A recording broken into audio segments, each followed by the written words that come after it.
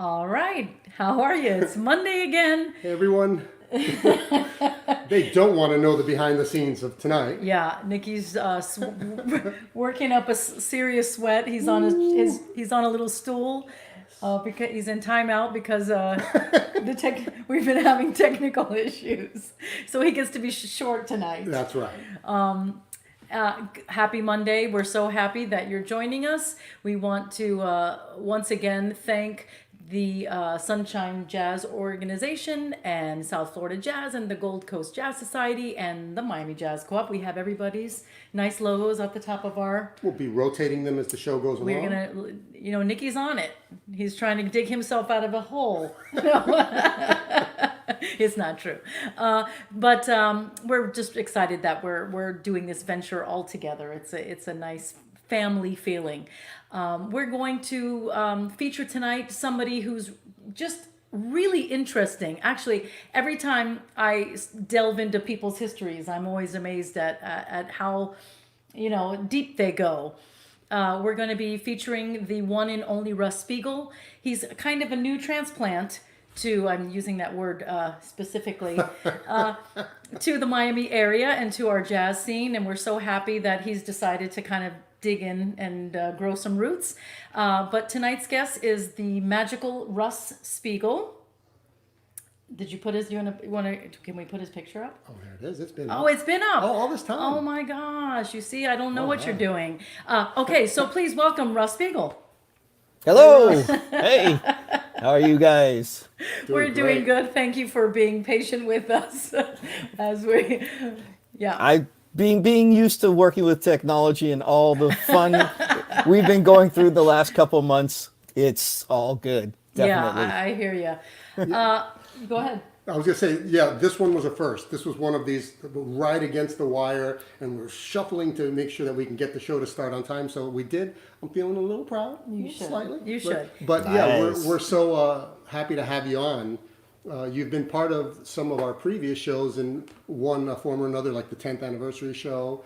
And, we know you've been doing some great things during the pandemic, but we're looking forward to delving into some of your past accomplishments and hearing your story. Well, it'd be my pleasure. And Wendy, I'm wondering, it's the same thing that's always, when are you a transplant and when are you a local? I've been here almost 7 years now, which is kind of crazy for me. Oh, yeah, that is true. I didn't realize it was that long. You see, the older you get, the faster time goes. So to me, it feels like 3 years. And okay, so you can be a local now.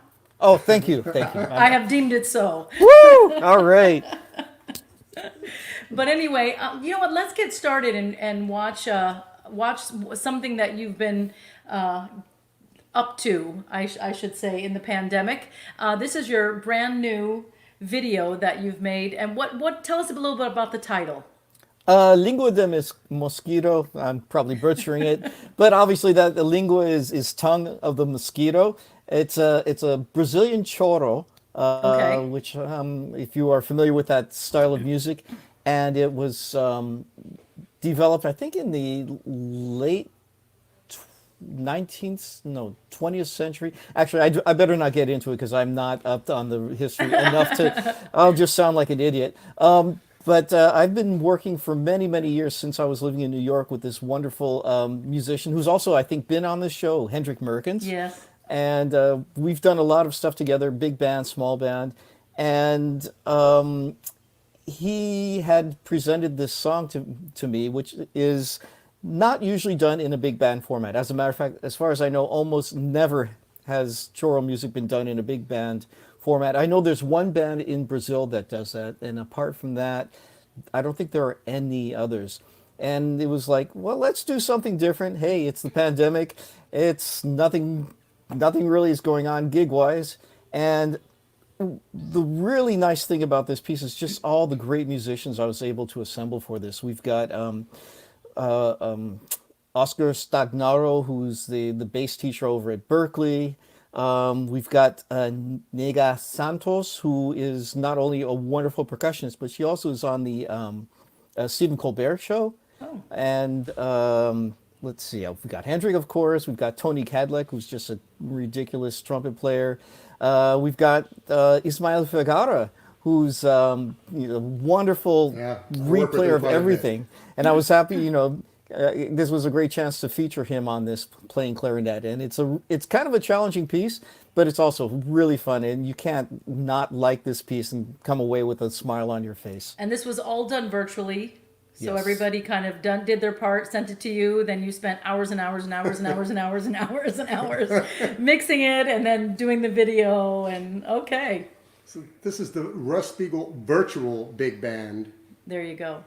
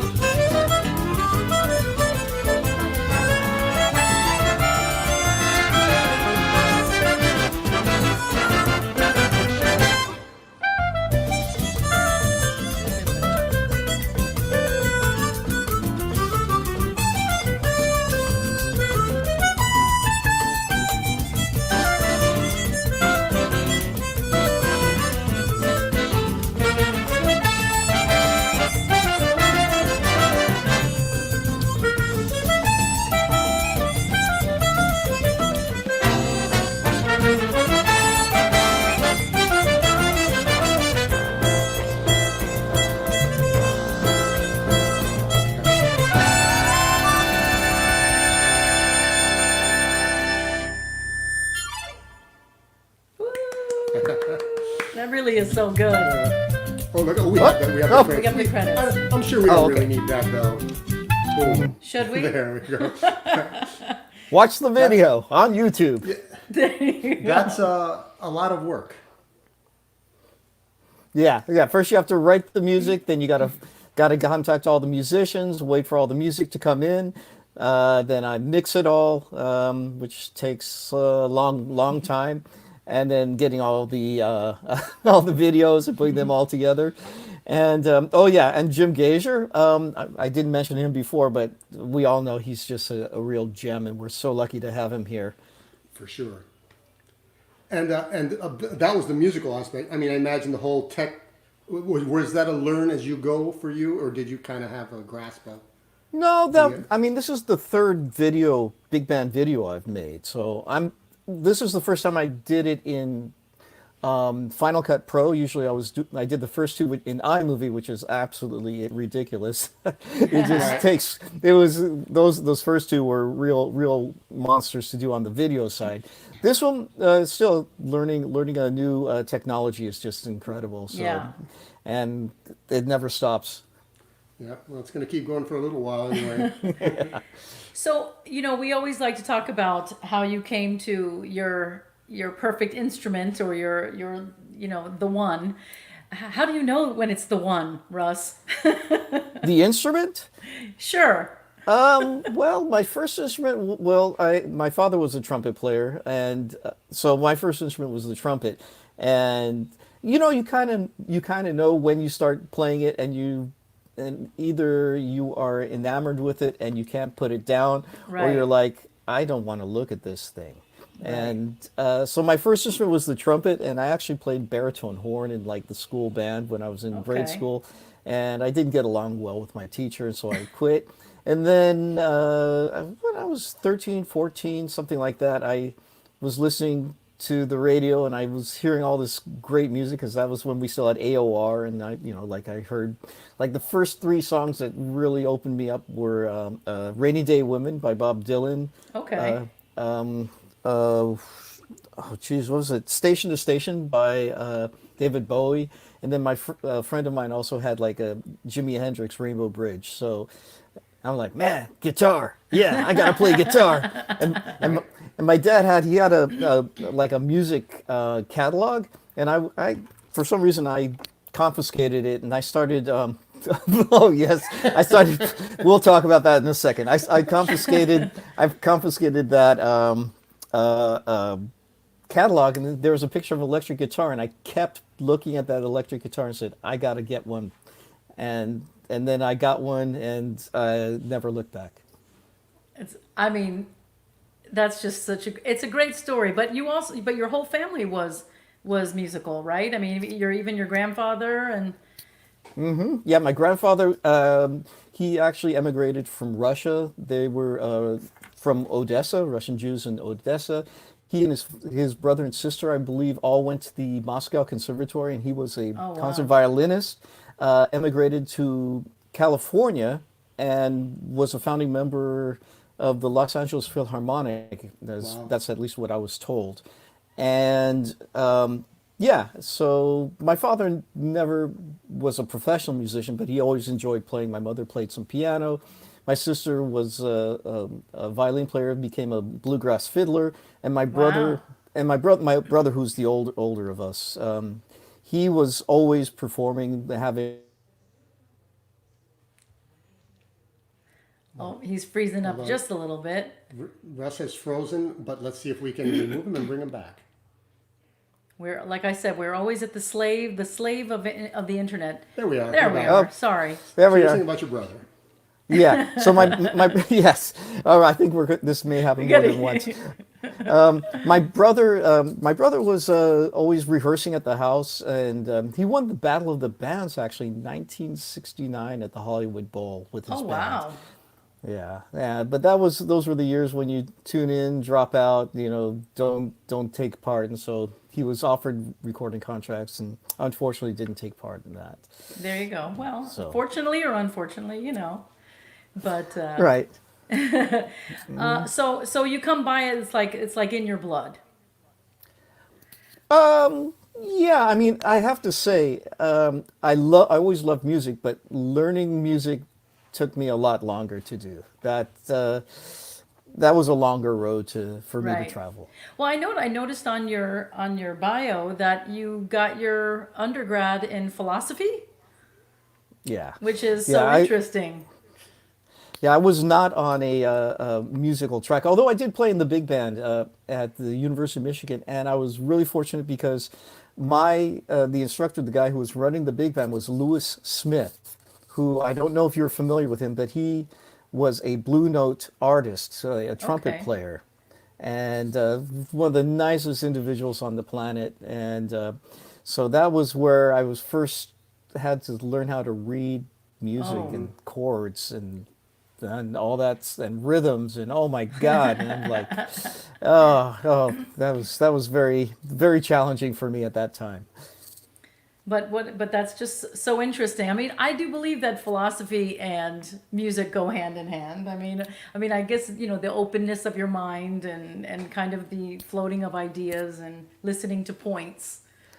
Well, I think it worked for me. I'm not sure how much I was listening to other people's points, but I definitely learned. No, I did learn. There are often many more sides to a subject than we take at face value, Right. which Which was we helpful. and probably still is, especially. I think so. So let's talk about some of these pictures Okay. of young Russ with lots of hair. Lots and Yes. lots of hair. We got lots and lots of pictures. So. Yeah. Yes. I dug into the treasure trove. Oh, it's This great. This is me in my senior year in high school in Germany, because I went to Frankfurt American High School in Germany, Oh, wow. which was Okay. on a military base, which is now, actually, that base in that area is now part of the University of Frankfurt. But at that time, it was still the Americans were still there. And yeah, that was my guitar at the time, and I had hair, lots of hair. A lot. Yeah, that's right. Let's go through a few of these. Hold on. You got this. Oh, actually, this is really, really interesting because this was my first band. I was 16 years old in this Oh, picture, wow. and yeah, you can see that was my main guitar. That was an Ibanez Artist. I had a Fender twin reverb, and I think that's an Echoplex of some kind. And I was like super into Led Zeppelin. That was my main band, and I liked, of course, Jimi Hendrix. And I even had my sister gave me her violin bow, so I actually did some violin bow stuff. I Yeah, see some teeth playing here. There. yeah, Oh my gosh. yeah. That picture was taken when I went to school at the University of Maryland, Munich campus, Munich, Okay. Germany. It was actually a college campus on a military base in in Munich, Germany, in the south of Munich, and it was really really great. I did my first recordings down there. I played in some bands and toured around already. I think I must have been 18, 19 years old, and yeah, there was still lots of hair going on there. And this.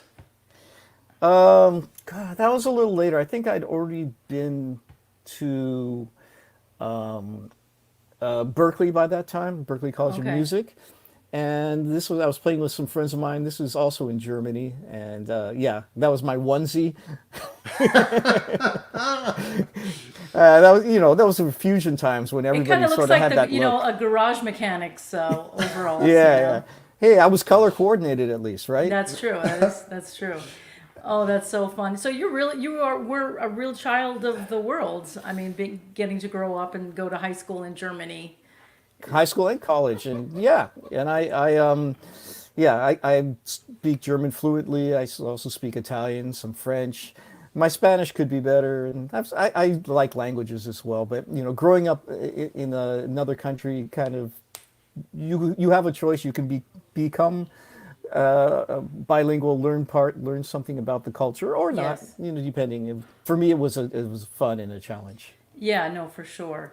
It definitely gives you an insight into the culture and whatnot. So when you did your first record, Was this your first record? Oh, Monkey? was Monkey your first record? That's what we have.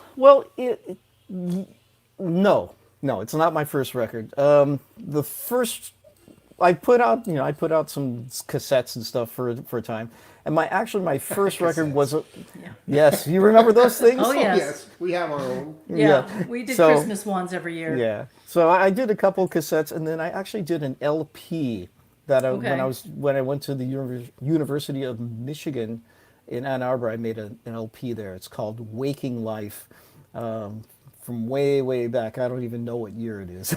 It had to be in sometime in the '80s. But my first CD was Monkey. That's right. I Okay.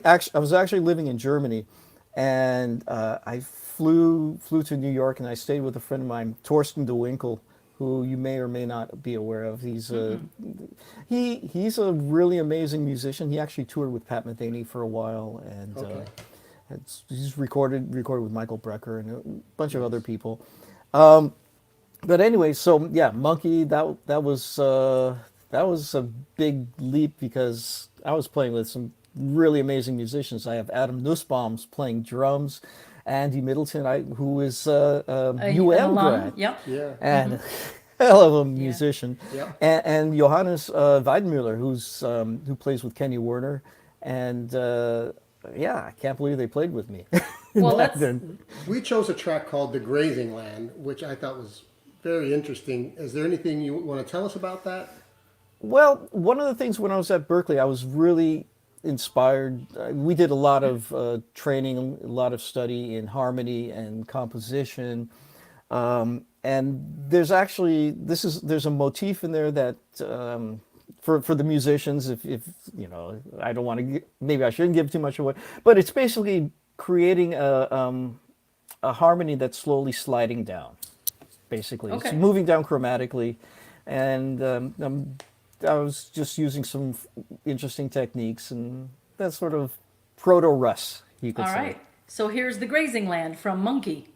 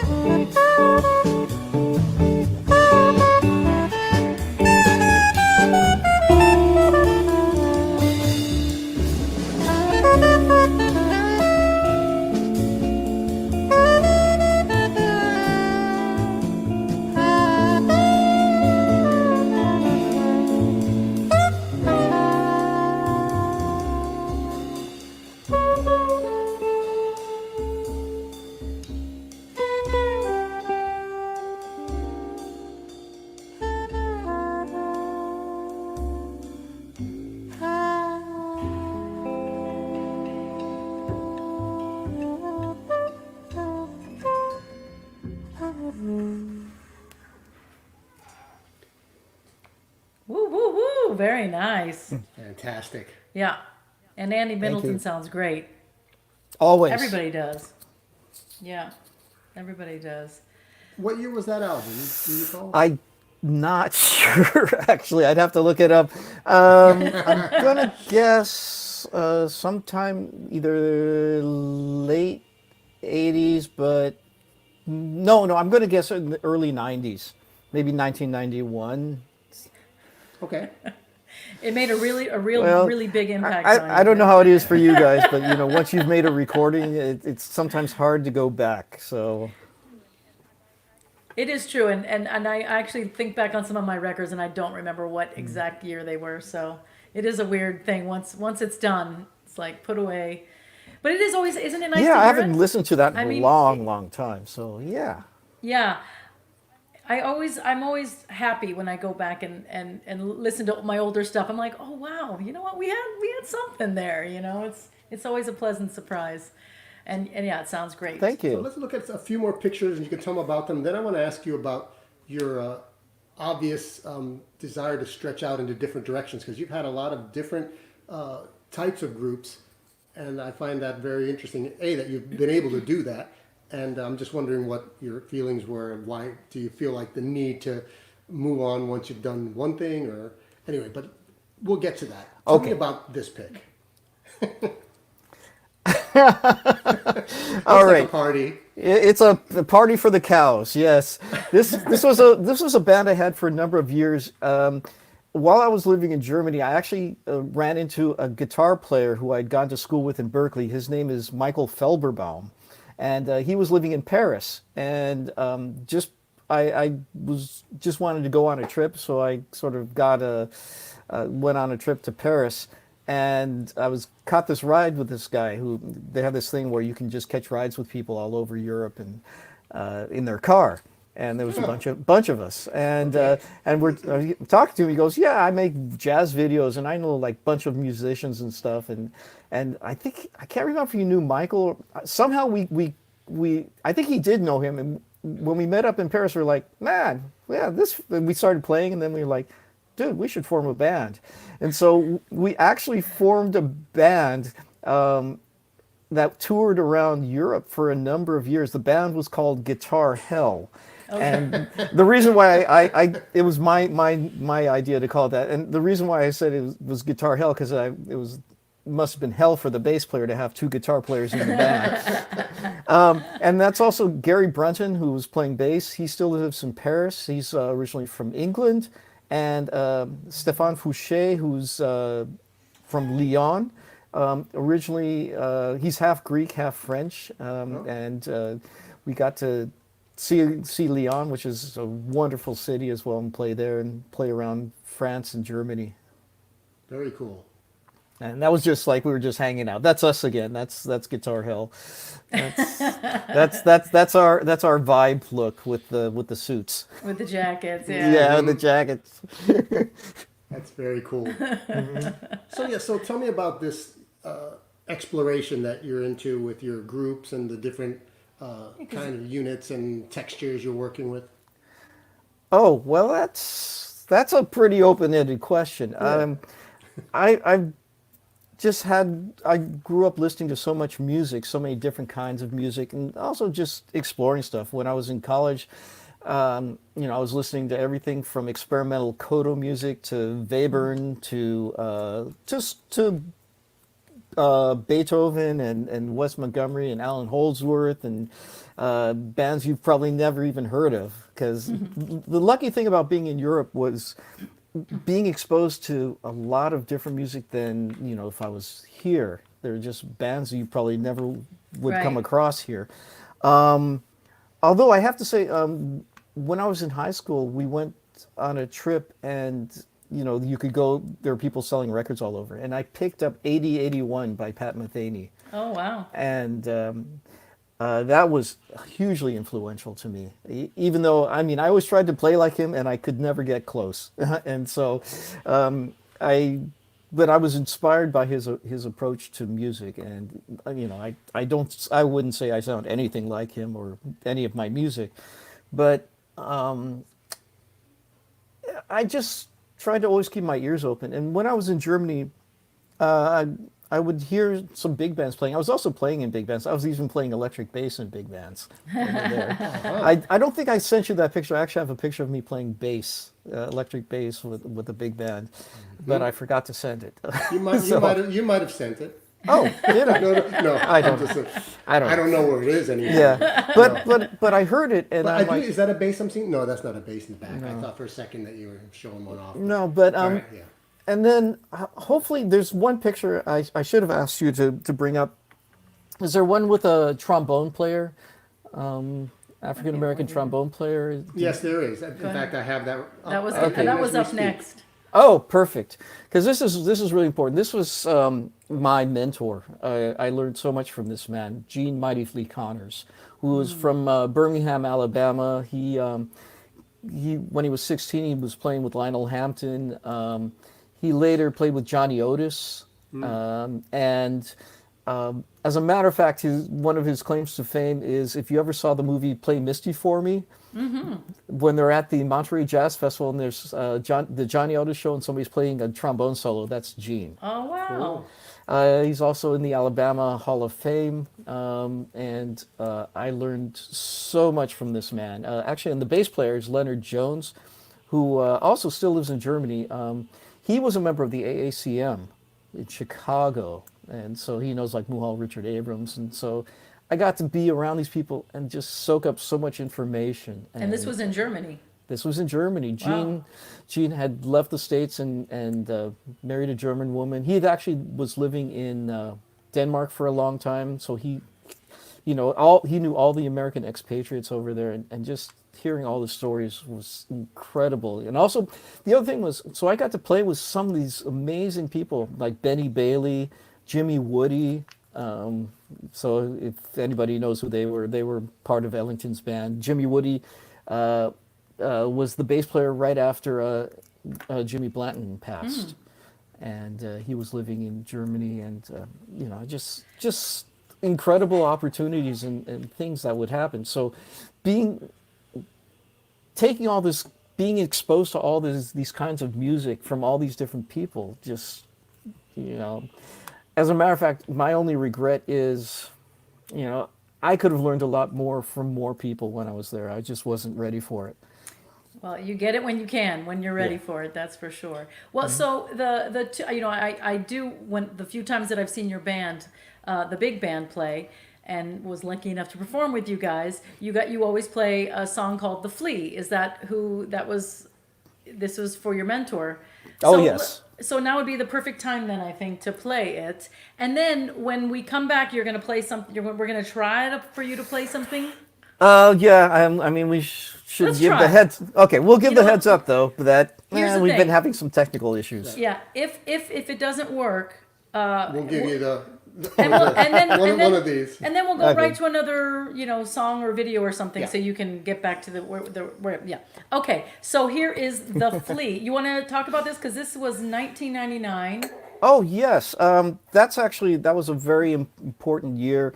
Again, because I was living in Frankfurt, Germany, and in 1999 I was awarded the Jazz Stipendium, which is like the jazz scholarship from the city of Frankfurt, which it was a nice little bit of money for me, and I'm not sure if it was the two things had anything to do with one another, but I was invited to play with my big band at the I think it's the 30th German Jazz Festival in Frankfurt, which is the oldest jazz festival in Germany. And that was on TV, it was on the radio, it was kind of a big deal. I mean, we were the opening of the whole festival, and then it was, trying to remember his name now. I don't have it now. It'll come.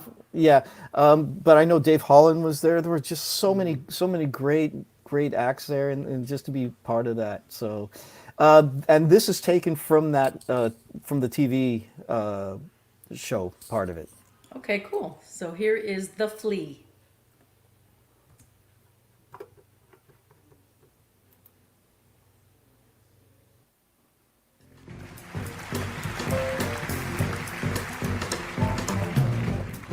Now, jazz has a lot of different feels, grooves, moods. Sometimes you can have a little bit of fun with it. So that's what we're going to try to do. If you feel like moving a little bit, it's okay. You don't have to just sit in your seat. Just move your hand a bit, your leg, maybe your head, and just have some fun.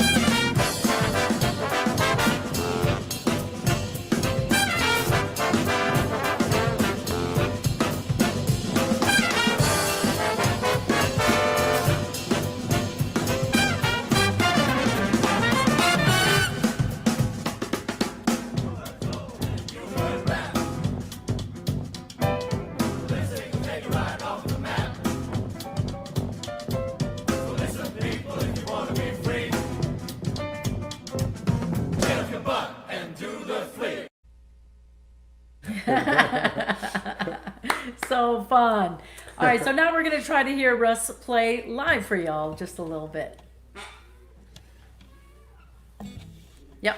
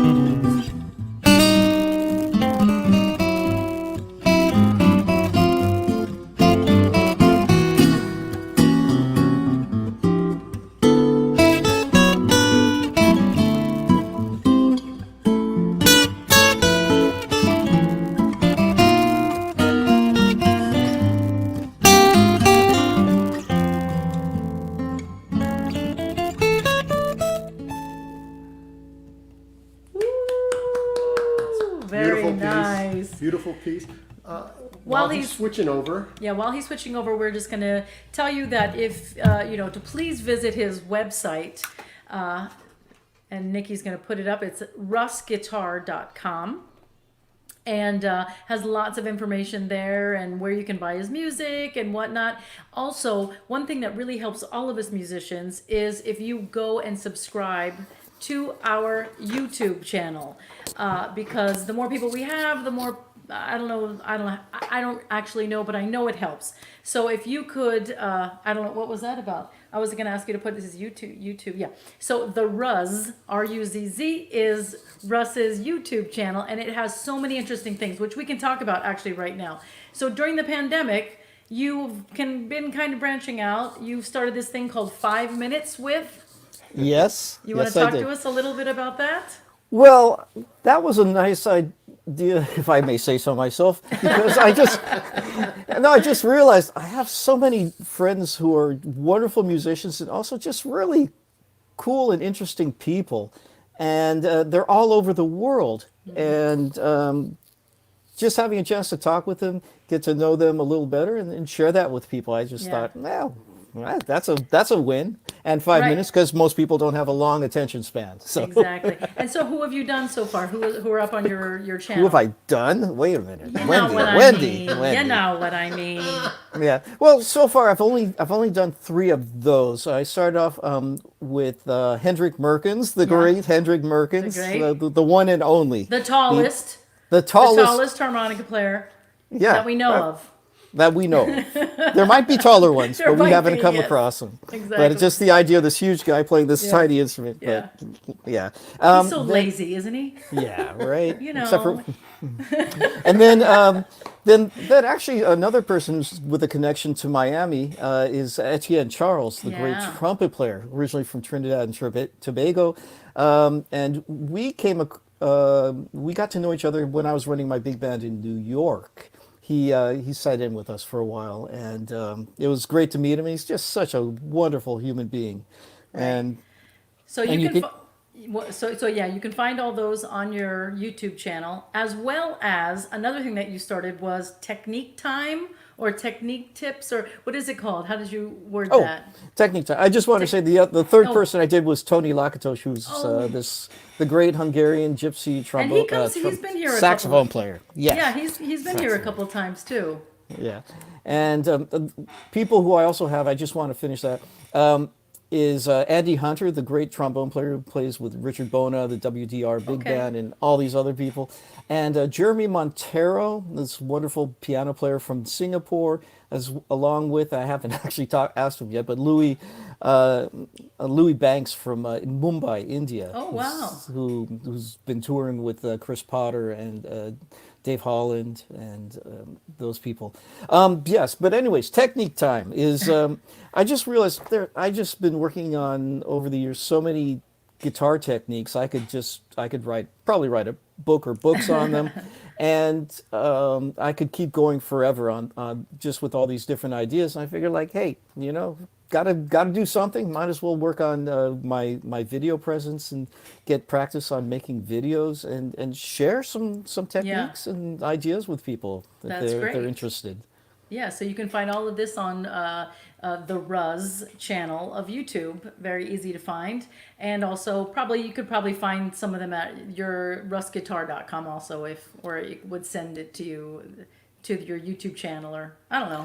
No, actually, I got to do something about that What? website. Oh, well. I'm You're losing. You're welcome. You're welcome. Yes. Exactly. I gotta do something about that. Oh, and please, I'm trying to build up my following. If you don't mind following me on my YouTube channel, that would Yeah, be that's what I'm saying. You awesome. gotta subscribe, subscribe, There and it all of is. this stuff. And there it is. Yes, please. For all of us artists, and if you know some one of your favorite artists has a YouTube channel, or you even go watch one video there, there's usually always a subscribe button, and it is very helpful. So do it. Yes. So just so we don't neglect this, these great pictures that you sent us, I know we're kind of, the chronology is going all over the place, but hey, this is kind of a cool pic right here. I can't get it to be bigger, but tell us about your Beatles moment. Yes, exactly. I thought you did, Troy.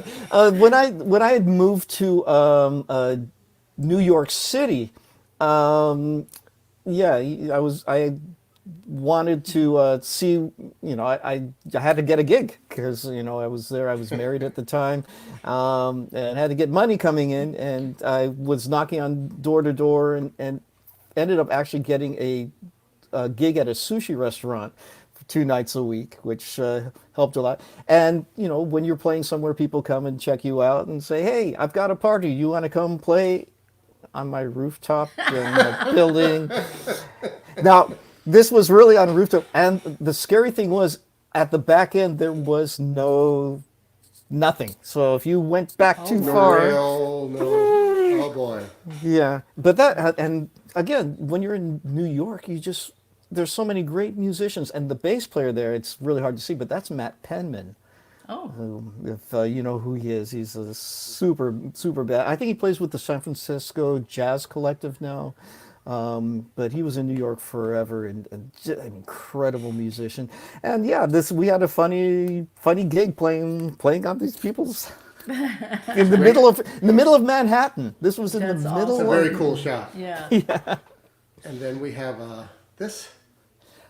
Oh, yes. This was, I have a feeling, I'm pretty sure that was in Mumbai. I was on tour Wow. in, wait a minute, I have to see.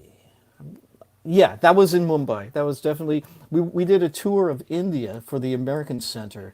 This was in 2007, 2008. That's Carl Clements, who's this incredible musician that you've probably never heard of because he's just such a shy guy, but he plays wonderful saxophone, and the instrument he's playing there is the Indian bansuri, which is a 7-hole flute, and he plays jazz on it. He's incredible, and I studied Hindi for a while. I studied Indian music. We not that I'm great at it, but I know I know a couple tals, and I have an all-up or two for you. It's a very cool system, and when somebody does it right and just uses it in the right way, it gives me chills. I love it so much. Yeah, and we were on tour in India for like 5 weeks, and that was an amazing experience, except for the week that I got really, really sick with an unnameable bug that you could probably only get there. But apart from that, it was an experience I'll never That's forget. how you know you were there.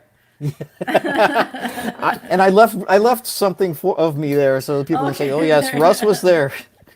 Oh my, that's good. Well, let's listen to something. What are you thinking? I was looking at Count Up. Oh yes, that's So this is 2009. This is the Russ Spiegel Jazz Orchestra, right? Which is different than the Russ Spiegel Big Band, which is different from the Russ Spiegel Trio, which is different from the organ trio. Exactly. Well, you got to keep busy. I mean, Exactly. do you want to know what my next project is? I do. It's a concert band. So this is 31 musicians, or 30 musicians and vocalists, depending on how you want to look at that. That I've written, and now I'm getting all the parts in. I'm going to be making a video of that, including wow. conductor. And it's an orchestration of a song written by this wonderful musician, composer, Ben Moore, who, if you haven't had a chance to hear any of his work, he's done a lot of setting of music to poetry. And this song is actually was a poem. I forget who the poet is, but that's going to be coming in who knows? I mean, it's going to take a while. Trying to get music from 31 musicians is not the easiest thing in the world. Of course. Do you think this will end up being a record? All of these things that you've done in the pandemic, the kind of big band and. Well, I'm saying right now I'm not planning it, but Right. you have to You keep never yourself know. open for things. Right. And then at some point, if we have time, there's a couple other things I just want to. I don't know if you guys got into that, but about my film career and. Oh no. Okay. So that's a whole other industry that has to be nervous now because you're going to invade and take over? No, this is definitely in the past. But when I was in New York, okay. I was in a bunch of movies and TV shows. And Right, because I saw you did some scoring as well. Were they related at all? Okay. yeah, it's a funny story. So Cool. anyways, So let's get to count up. Here it is.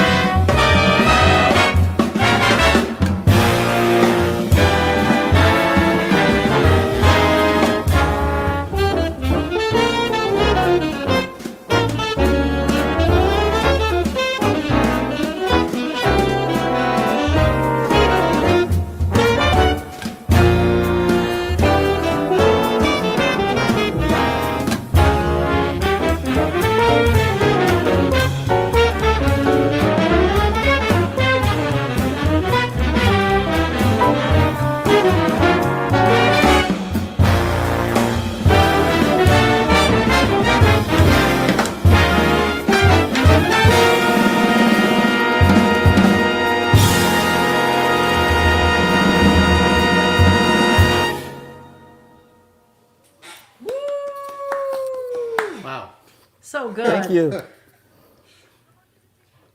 How long does it take you usually to write a like a big band or orchestra Oh, arrangement? it depends on when I have to get it done. It's always this good answer. Well, it kind of depends. If I'm in a flow, I can do it in a couple days. If I'm not in a flow and I still have to get it done, I'll have to get it done in a couple of days. So, I've studied orchestration for a long time, and I was very fortunate to also study orchestration with the great Gary Lindsay, who Yeah. I learned so much from. That now I have, well, I won't say no fear, but definitely less fear about anything that's thrown at me, because I had to write for all kinds of ensembles and have written for all kinds of ensembles before and since then. And I learned how to work through all that, and Gary really taught me that. I'm very thankful for that. And so you mentioned a little bit about your career in the film industry. Would you like? Was this the adult film industry? You know that guitar, the wicka wicka wicka wicka. Yeah. No, okay, I'm sorry. Wawa time, Wawa I'm time. sorry. No, I guess I walked into that. No, just the good old normal, New York scene. The funny thing was, when I was in graduate school, I went to City College of New York for my master's degree, and this friend said, "Hey, I have some friends that are making a movie, and they need somebody to teach them how to play guitar." That was Michael Wolff, who, I don't know if you know who he is, the piano player. Yeah. He was the musical director for the Arsenio Hall show. He's married to the actress Polly Draper. They have two very famous sons now, Nat and Alex Wolff. And anyways, what ended up happening was I ended up being one of the music instructors for a TV show on Nickelodeon called The Naked Brothers Band. Oh, okay. And that led to The Naked Brothers, you see? I knew what this was coming. yeah, except for it sounds different than what it actually was. Yeah. It was Nickelodeon, I get it. Nickelodeon. Yeah, I don't think that's the adult channel. We usually get. But that led to some other stuff, and I started learning about film, and I got really into all aspects of it. And then I got asked to be in a movie, and so if you ever watch the movie What Happens in Vegas, Yeah. I'm in the band, and then Okay. and then I got into a couple other movies where you have to look, but if you know where to look, you'll see me, like Julie and Julia. And is it one of those don't blink moments? No, you can blink once or twice, and Okay. you'll see me. And then I was playing in the band for When in Rome, and then I also got into a bunch of TV shows, and I was sort of one of the band members for the TGS band on 30 Rock in the later seasons. Oh, Oh, cool. wow. So Very cool. and a bunch of other stuff. And then I also, I got into doing some film scores, and I did some stuff for some mostly movie shorts or a documentary. And then I actually wrote my own movie and produced it. It's on YouTube, called Das Boots. If you ever want to look for it. Okay. Oh, that's Yeah. what I'm going to do after the show's over. Yes, I'm sure you will. Yeah, it's a short. It's 10 minutes, and you might get a kick out of it. But How funny. yeah, so music takes you in very, very interesting places if you're open for it. Yeah, and also you're doing a lot of educating at this. You're probably in the past and also in the future. I know that. Yeah, that's kind of a scary picture, because that's Scott. I forget his name. Henderson? geez. Scott Henderson staring down right at me. So that's a lot of pressure. No pressure. And that was in art. That's actually in La Plata, Argentina, at this school called EMU Educación Musical.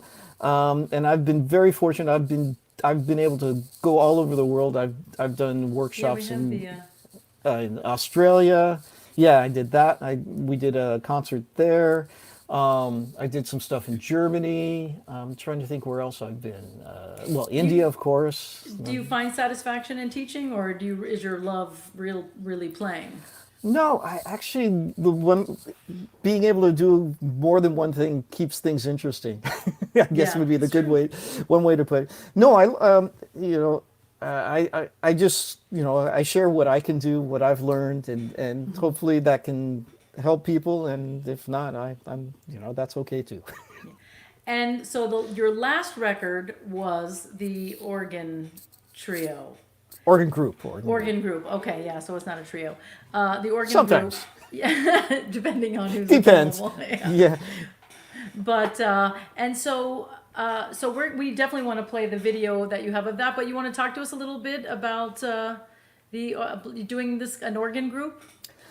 Well, you know, guitar and organ, that has a very, very long history, Yeah. and it's a great sound, and you know, as a guitar player, it makes things, it opens up things for you.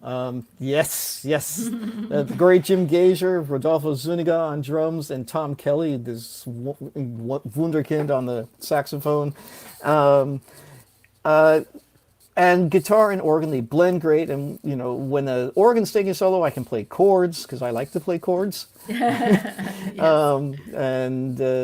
I don't, I feel, you know, I'm very happy to play melodies, you know, it frees you up to play melodies. You have so many options when you have an organ, and just the fullness of an organ is just, you know, it's just that great sound. You know, And- it's taking everything I have right now in inner fortitude not to really just come in with the, Come on, with the organ please. jokes. I can't do Come it. on, No, come on. I won't do it. I won't do it. I'm proud of you. I know. I'm proud of myself. Actually. Well, Wendy, this is very- like a first. No, it's You are right, Russ. Yeah, you know what I wanted to say is, you know, you started talking. I was thinking about all the things that that you have had to put on hold since this pandemic started, because I know for a fact you were just getting ready to record a new CD. Missed it by a week. We lost Exactly. out by 1 week. That was going to be a recording. Actually, I was going to have Hendrik. I was going to have Etienne Charles. Tim Armacost was coming down from New York. David Leon was coming down from New York. This wonderful singer, Wendy Peterson. I've heard of her, love Yeah. her. We were going to have all these people, and that was set up for the end of March. Yeah, right.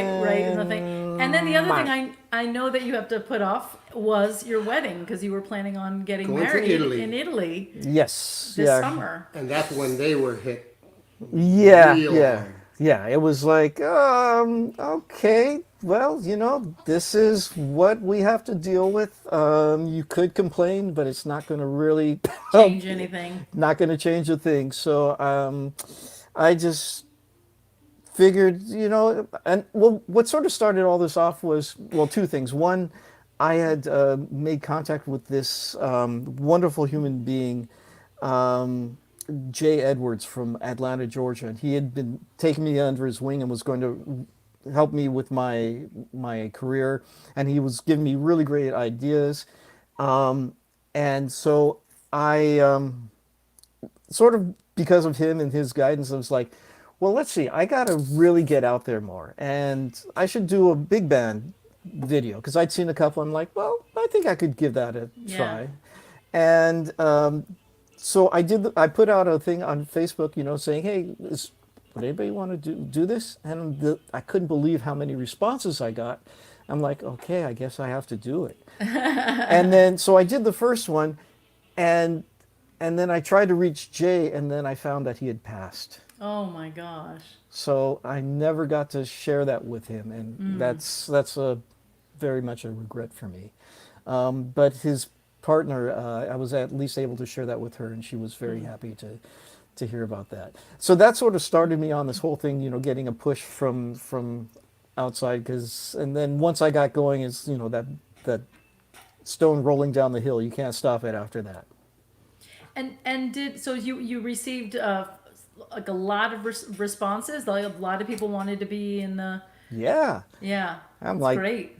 Yeah, and you know, the thing is, and this is also for all our listeners, is, you know, whatever you think, I mean, however hard it is for everybody I guess I've been lucky because I've been getting I've got a couple of grants. I've gotten some jobs. I've been able to do some teaching, but some people are only performing, and it's Yeah. just Right. so very hard because there's no chance. Yeah. Your entire almost reason for being has been taken away from you. So it's kind of a way to at least share with musicians, give them, I mean, I don't want to make it sound like that. It gives us all a chance to still work together and create. Yeah. Yeah. And that connection is so important. Really. Absolutely. Yeah, so I am so looking forward to doing the record when it's finally able to be done. Yes, yes, And, that would, and, me and, too. and we're so loving all of these videos that you're putting out there. And the one that you're talking about, the next one sounds amazing. And so I would love to be added to the list for the next one. You know, if there's any part for me, I'm down, man. Put all me right, in the now, game, coach. How's your cowbell? I don't have one, but you know, I can bang on something. Yeah. Oh, I heard that. It's pretty. It's It's pretty good echoey, very sound. echoey, yeah. Well, For sure. let's see where we are with all this, because I'm about to embark on a slightly new career. Looks like I'm going to be teaching full time at Miami Arts Charter here. All right. Congratulations. Teaching not only jazz guitar, but also their music production and technology. And now you're perfectly prepared now that you've been doing this for the past how many months? You True, see, it's true. life has an interesting way of twisting and turning, and If so- you're open to it, yes. that's the truth. We want to go out and say goodnight with something from your last record, the Russ Spiegel Organ Group. And once again, you can go to russguitar.com and find all of the music. You can go to his YouTube site and Yeah, I was on the Russ. SoundCloud. SoundCloud. You see, you're all over the place. But this is the Russ Spiegel Organ Group, and this is a song called "Wait a Minute," and it features Jim Gager and Rodolfo Zuniga, and the sax player was who? Tom Kelly. Tom Kelly. All right. Wait a minute. Wait a minute. Wait a minute.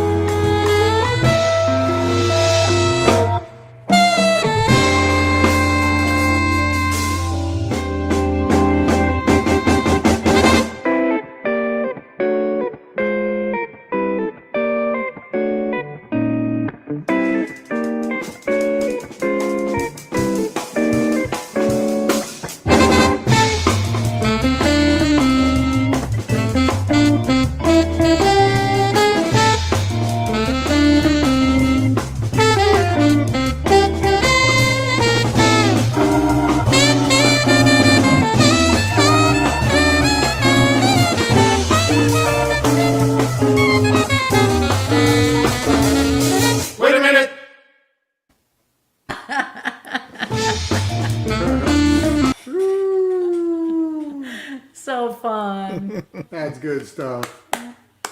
Thank you. Thanks, guys. It was so much fun hanging out with you tonight. Oh, what a pleasure. Except for the organ jokes. Man. You didn't even get to hear the Hey, organ listen, it jokes. was nowhere near as bad as it could have been. You know that. I do know that. Anyway, it was so fun learning more about you and hearing your music, and I seriously cannot wait to hear what's next. And actually, I can't wait to see the next pandemic video, even though I want this damn pandemic to be gone. Yeah. But thank you so much, and I hope you have a fantastic, week. Because when do you start school? Well, they moved it back another that's- week, so it's going to be, I think, August 31st is the first day. Right. But of course, there's a lot of prep work involved. I with can that. imagine, especially now that it's all online. There's lots to do. Oh, yeah. Yeah. Well, good luck with that new venture. Thank And, you. Oh, did you tell people? I don't think you guys told people where you are. Where are you these days? Oh, we are in Savannah, the lovely Savannah, Georgia. Having a great time. Yeah, we've been broadcasting from different places, secret locations throughout the United exactly. States, flitting about. Yeah. Yeah. So much fun. We've done well with our little road trip. Awesome. But Anyway, I'm glad the tech gods were on our side tonight.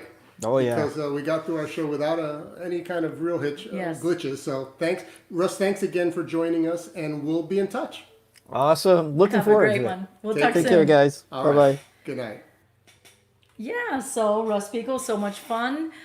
Who's on next, Nikki? Oh, next week.